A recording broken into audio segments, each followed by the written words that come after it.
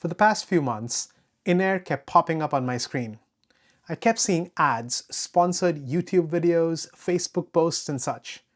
And through it all, I just kind of tuned it out. I am probably more XR glass savvy than your average consumer, and even I never fully got what this product was or stopped to think why I should care. I just filed it under another over-marketed gadget and scrolled past. Well, that was a mistake. INAIR sent me one to test. To be crystal clear, this is not sponsored. It is a review loaner which is going back to them and they have no say in what I post.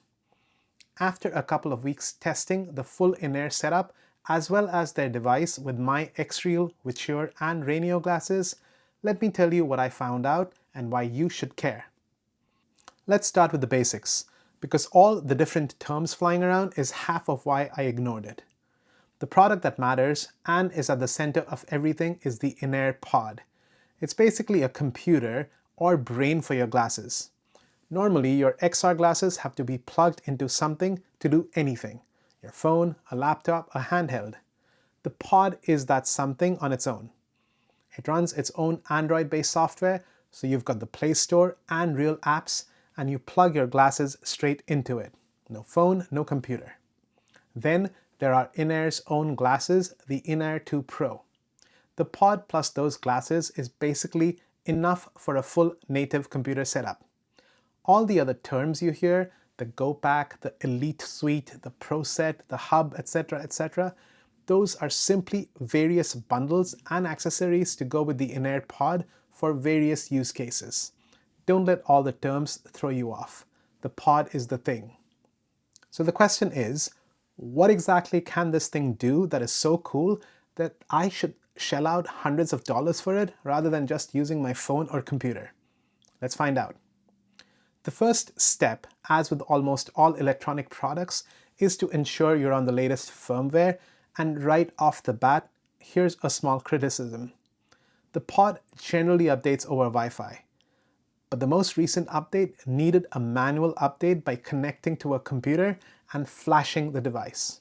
That simply means the software had to be reinstalled, but everything on the device had to be deleted. So imagine doing a full reset of something like your phone and losing all your installed apps and data. Not ideal at all. However, once everything was set up, things got good really fast. I started my testing of what this is about by plugging into INAIR's own XR glasses called the INAIR 2 Pro, since this seemed like the simplest first step. The display was sharp, clear, and stable. I'll come to what the other XR glasses looked like, but spoiler alert, this setup with the INAIR Pod and INAIR glasses was the most stable of anything I tested. Anchored screens basically stayed put, almost no drift and no flicker. The INAIR Pod doubles as a pointer, and it was easy to calibrate with a quick shake when it wandered. Upon setup, I immediately saw the value proposition. I had an entire invisible workspace floating in front of me. I could open multiple floating windows, grab them, slide them around, push them back, pull them in, and all of this with excellent clarity and seamlessness. It instantly felt pretty awesome, to be honest. Now, it wasn't all perfect. The field of view felt like it was on the small side, definitely narrower than what I'm used to with the XREAL and the VITURE, and upon checking, that was true based on the specs too. So if a huge screen is your number one thing, the INAIR glasses to go with the Pod is likely not your thing. But for stability and clarity, this was excellent. This combination of using the Pod with the INAIR glasses also gives you the most complete controls and features. There is an immersive augmented reality space mode which feels like being connected to something like the Quest 3. There is a smooth dimming slider, one-tap AI 3D, and there's an auto transparency mode which makes the glasses transparent when looking away from the screen so you can see the world around you. And it keeps doing that even with multiple screens open. Another spoiler here, that multi-screen version of auto transparency is something I couldn't get on any of the other glasses on my list. Bottom line on this native setup, it was my first introduction to what the Pod had to offer. A super stable, very polished, easy to use environment where my glasses had a brain and could access any of the apps and things I would typically need to connect to a full computer at a fraction of the size. The one feature shortcoming the setup has is that it can't do true six-off, where you freeze the screen in place and have the freedom to walk around the room and come back to your desk and your screen is still where you left it. We'll come back to this since another pair managed to pull this off. So now that I get what the INAIR Pod actually is, the next thing to test was, what if I own a pair of XR glasses already? Would I find value in using the pod? Well, luckily, I own a lot of XR glasses, so let's see how each of them fared. First up, the XREAL 1S. As soon as I connected it, it looked clean and bright, a touch brighter than the INAIR actually. And its own on-glasses controls worked well, which felt like a big plus. In plain single-screen anchor mode, it was solid. Most of the features worked, which I hadn't assumed to be a given. Quick note, the auto transparency worked with anchor mode and a single screen, which is the default setting of the XREAL. Where things start getting interesting is that I was able to use the INAIR Pod with the XREAL to get a multi-screen spatial setup with 6 screens pinned around me holding their spots. This is a clear benefit of using the pod, but there are some minor gripes in getting things going. Getting into that multi-screen mode is mildly finicky. You have to put the XREAL in follow mode and dial in specific settings first. Some things, like the in-software 3D toggle, doesn't carry over, which is not a deal breaker since XREAL has its own local 3D mode. There is some additional minor friction, like the pointer being slightly tougher to calibrate than on the INAIR. And I caught a very faint flicker in the pinned multi-screen mode that I'd later also see on the VITURE, which indicates it might come from this third-party mode, and INAIR's own glasses are the ones that stay totally clean. Interestingly, the auto transparency worked with a single screen as previously stated, but did not work in the multi-screen setup. Not a deal breaker, just an illustration of how, while the pod is extremely useful with third-party XR glasses, it is not seamless. RayNeo was interesting for a different reason. The Air 4 Pro has a bright, punchy display, and that's the glasses, not the pod. Like the others, on its own, it's basically just a screen. So what the pod adds here is the standalone computer side, apps, streaming, laptop access, and unlike the XREAL, INAIR's own 3D mode works directly here.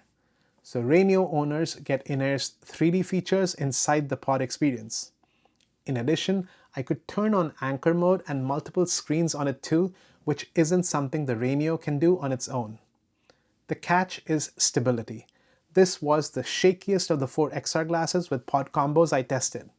The screens drifted noticeably more over a few minutes than they did on INAIR, VITURE, or XREAL.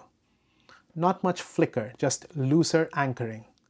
The pointer worked about the same as XREAL, and I couldn't pull up RayNeo's own menu for things like HDR, even though the volume and brightness buttons worked. So the pod upgrades the RayNeo in certain ways. But if rock-solid, stay-put productivity is the goal, this is the one I'd be the most careful recommending right now. Then there's the VITURE Luma Ultra, which turned into the most interesting pairing of the whole test. Before touching the pod, I ran the Luma Ultra on VITURE's own Pro neckband and on Spacewalker on my Mac to see what the glasses can really do. And they can do a lot. Pinned screens, a multi-screen workspace, and real 6-off. I pinned a screen at my table in a cafe, got up, grabbed a coffee, walked back, and it was still sitting where I left it. INAIR's own glasses can't do that. But here's my honest read on VITURE's own setup. Even once I got it all working, it didn't feel intuitive. Moving screens around, consistently getting things working, it was just more work than it should be. So how did it feel when I plugged in the Luma Ultra to the pod? Well, it was a surprise. It immediately felt smooth, bright, clean display, sharp text, and the Luma's own physical controls all carried over. The lens shade dimming, brightness, volume, the color shortcut. Within the software, INAIR's 3D worked, AR space worked, 6 screens worked, and the big one, true 6-off worked on the VITURE Luma Ultra through the pod too, just like it did with the Pro neckband. The screens stayed pinned in the room as I moved around.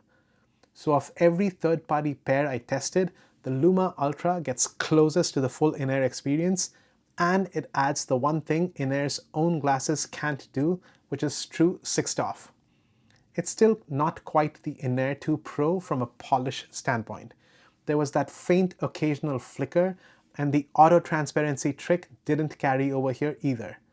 But this is the one that stood out, partly because the Luma Ultra was actually nicer to use through INAIR's interface than through VITURE's own neckband, even though it's VITURE's hardware.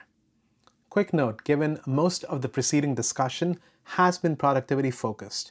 While the obvious use case is productivity with the multiple screen setup, this is a perfectly good entertainment device too. I tested streaming after the update. Netflix now streams in UHD for regular 2D and HD for both 2D and the AI 3D mode. You're still limited by what the glasses themselves can support, of course, so don't expect a 4K panel on your face. But the streaming support is solid. The 2D to 3D conversion isn't mind-blowing, but it's decent and somewhat similar to the XREAL's native 3D conversion. And by the way, if you have separation anxiety from your laptop and can't see how you would work on a virtual computer, well, there is an app called INAIR Space that lets you pull your computer into the glasses wirelessly, hide the screen for privacy, and work off a big virtual display. When I tested it, it worked and text looked fine, although apps running natively on the pod looked sharper to me than the streamed laptop. And if your computer isn't even on the same network, say it's sitting at home while you're out, there's a little dongle called the INAIR Wakey that stays plugged into your computer and works with that same INAIR Space app. I tested it from a different network and was able to get into my laptop remotely. So here are some quick rankings after living with all four. As you can see on the screen, depending on your use case, you have different options. So who is this for? You may fall in one of two categories. If you are starting from scratch and want the simplest, most stable setup that gives you an all-in-one spatial computing experience and the slightly smaller field of view does not bother you and you do not care about 6-off, then the native INAIR system is the way to go. The second category is if you already own XR glasses. If you already own a Luma Ultra, well, you're in luck. This is the most interesting third-party pairing with the pod right now. A full computer interface on a very good display hardware. If you own an XREAL 1S, the INAIR Pod provides a real upgrade for standalone apps and multi-window. If you own a RayNeo Air 4 Pro, you get standalone apps, 3D, and multi-screen, which it can't do on its own, with a bit more drift to put up with. And to be fair, who is this not for? If you only use your XR glasses as a simple screen for your phone or a handheld, this is probably more than you need.